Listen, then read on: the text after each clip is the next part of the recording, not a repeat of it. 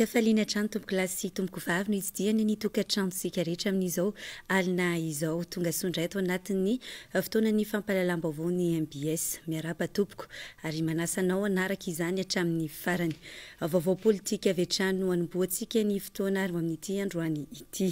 notokanana androany sabotsy tetsy Belair ny foibe ny komity mpanohana ny marika Ravalomanana na ny KMMR hatrany vaovao lehibe ho ampiasain'ny mpanohana ny kandida marika Ravalomanana amin'ny fiatrehana ny fifidianana ny 7 novambra ho avy izao. Tonga nanatrika izany fotoana lehibe sy miavaka izany moa ny kandida laharana fahadimy amby roapolo ao anatin'ny bulletin tokana. Teny an-toerana i Rina Rabemananjara sy ny Rina Rakotoasimbola. Tamin'ny alalan'ny fanompom-pivavahana ny saorana n'Andriamanitra no nanomboana ny fotoana nandritra ny fitokanana ny foiben'ny komity manohana ny marika Ravalomanana na ny KMMR tetsy Belair tamin'ity sabotsy ity izay namelabelarana ny teny manao hoe indro avaosiko ny zavatra rehetra, avaozina ny toe-panahy, avaozina ny toe-tsaina, avaozina ny fomba fiasa, avaozina ny fitaovana ka tafiditra amin'izany ity trano notokanana ity. Nandritra ny fanazavana no entin'ny kandida marika Ravalomanana no nilazany fa misy ireo heverina fa tsy maintsy andraisana fanapahan-kevitra aingana dia aingana ary tena maika satria miaina ao anatin'ny fahantrana mangitsokitsoka ny akamaroan'ny vahoaka malagasy. Priorité de priorité ko sakafo amin'ny zay nantaninanao zay aloha io sécurité io miaraka ampitandro filaminana petraka amin'ny fampatokisana milamina eo fa le sakafo hoanina very tsara fa firy ny olona mahazo vola miditra posiny latsaky ny $2 na $2 par jour zay zany tena hoe seuil de pauvreté zany $2 zany ataontsika ny 40 000 FMG zay ny tena mamaika azy aloha nefa raha be indrindra 15 000 vola azon'ny malagasy eto raha ohatra zao nijery taria le ampanahazana tery akaiky ny taxe bosy fasankarana tsisy vola miditra izy mipetraka fotsiny dia ahoana hoany enanareo zao président raha misy manontany aho inona ny tena maika inona ny fomba ampidirako vola ao posindreo olondrao amin'ny alalan'ny asa ve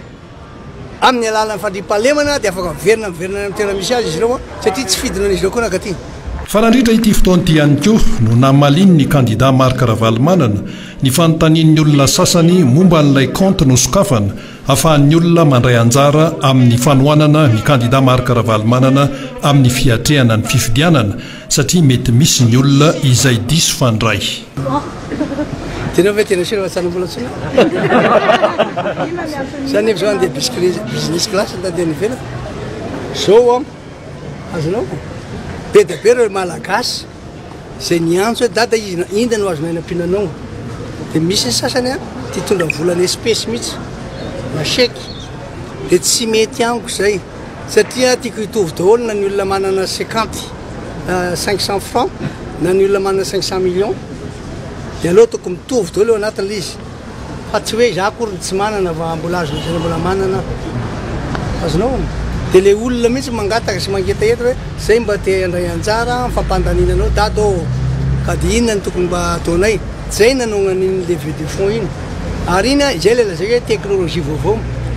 zay zao vao nisy teto Madagasikara fa io miankina indrindraindrindra an'ilay iny izy crédibilité n'le olona manao azy fa tsy ny olona rehetra nge nilaza hoe tanao levée de fonds dia mahazo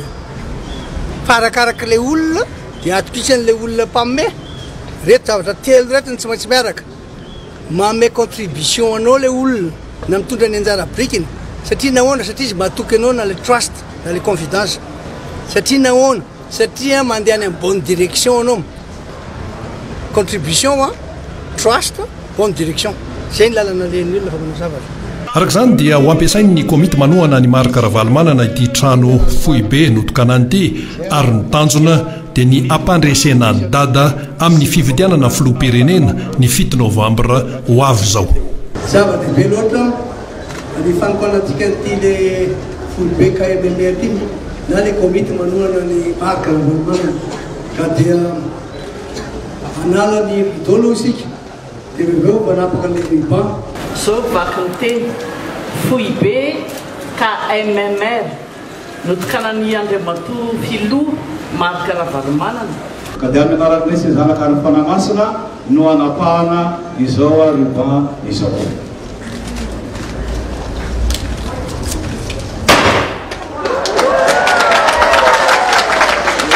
fankoatra izay dia nanontany ny candidat marika ravalomanana ihany koa ireo mpanao gazety ny amin'ny hoe vonina ve ianao hiatrika fifanatrehana mivantana amin'ny candidat mpifaninana aminao na ilay antsoina hoe face à face.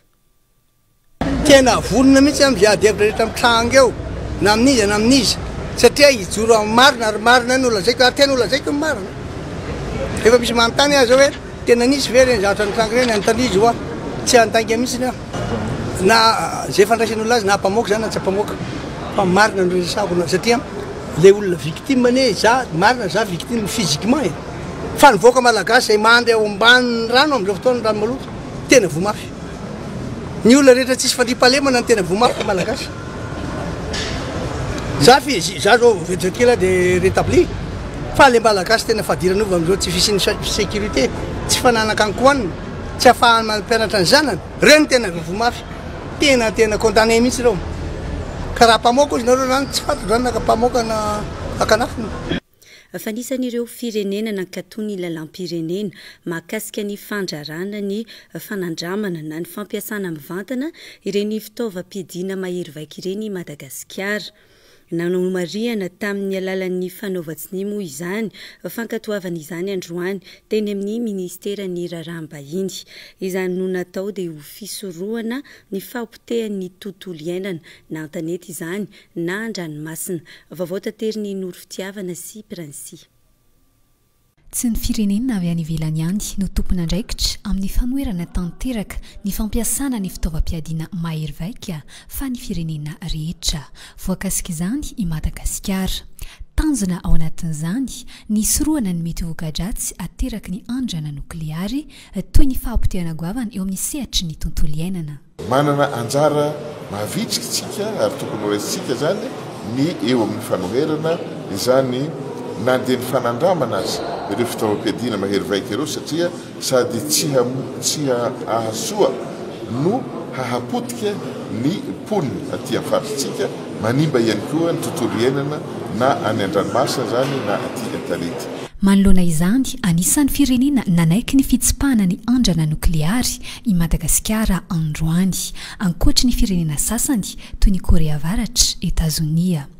Marina moa fa tonga nanatrika ny seminera momba ny fifanarahana ny amin'ny fandrarana ny fampiasana ny fitaovam-piadiana mahery vaika ny sekretera mpanatanteraka eo anivony Otis na ny Organisation du Traité d'interdiction complète des essais nucléaires Lassino Zerpo.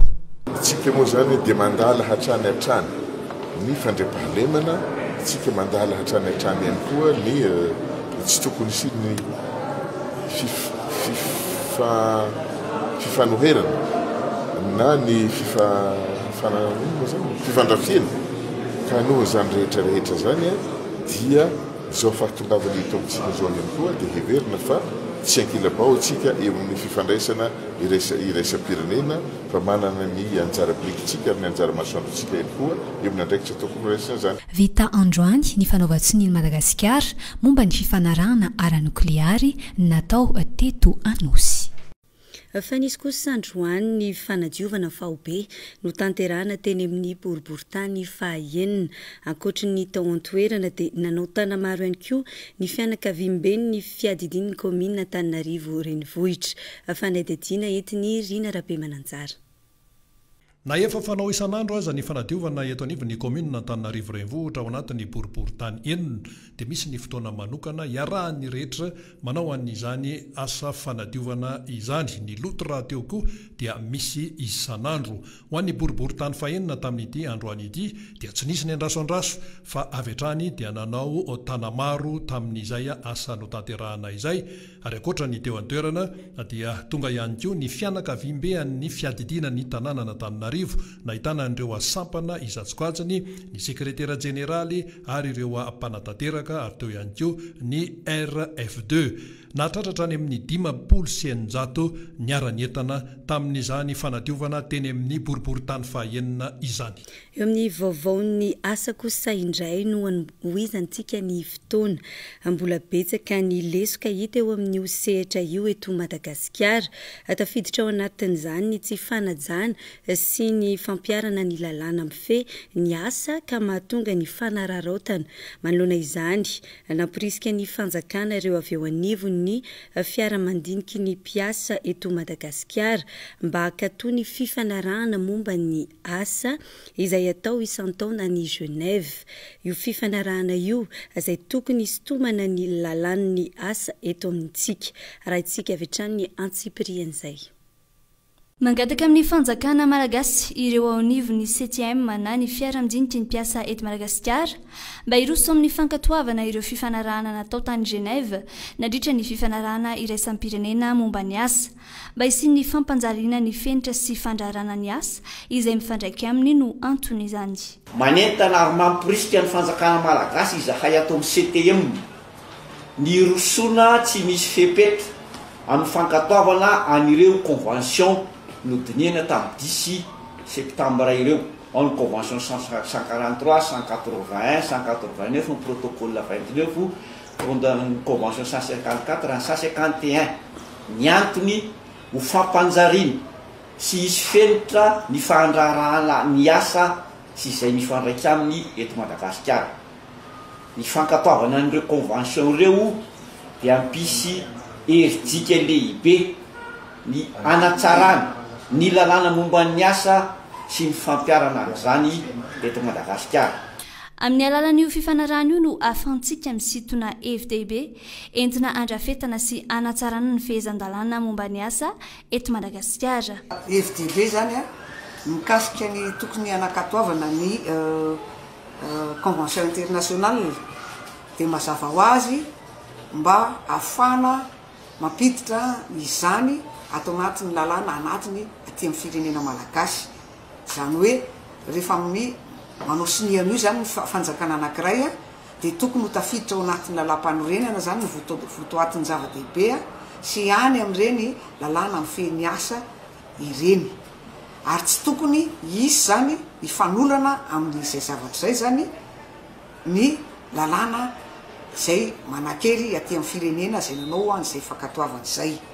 Tsara ny mampafantatra fa io fifanarahana iraisam-pirenena momba ny asa io dia fanao isan-taona. Misy solotena isaky ny firenena manatrika izany any Genève. Ho antsika eto Madagasikara mandidina ny 4 eo ireo solotena mamonjy io fifanarahana io raha toa ka 700 ny an'ny firenenkafa. Isan'ny angatany ireto 7e ireto arak'izany ihany koa ny fampitomboana ny isan'ireo solotena malagasy mandeha mamonjy izany mba isian'ny fandraisana anjara feno ka ahasahana ny loha hevitra dinihana mandritra izany. Omaly moa no nanaovan'izy ireo ity fanambarana ity. Nanomboka omaly ary farana rapitsy kosa ny hetsika ifimampiavana fanasongadinana ny sakafo sy ny tsiro malagasy moa no tena hita ao anatin'izany. Tanjona ny anampiana ireo tantsaha amin'ny fanjifana ny vokatra izy ireo ary io vokatra io no kirakiraina anome tsiro tsara kokoa ao anatin'ny sakafo. Tao anatin'ny 7 taona nefa dia olana goavana ny sedrain'ireo tantsaha ireo ny faratsy ny lalana ka mampiakatra ny vidin'ny vokatra tonga any amin'ny mpanjara. Edena Eliasy Manora Andrimalala.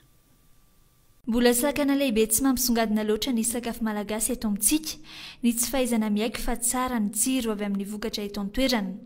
Izany indrindra no antony isiany ny hetsika ifimampiavana mba hanomezan-danja bebe kokoa ny sakafo tena malagasy ary indrindra ihany koa hamelomana ny tantsaha amin'ny fanjifana ny vokatra avokarin'izy ireo hisariana ireo vahiny avy any ivelany indrindra fa isika eto an-toerana mba holiana amin'ny vita malagasy.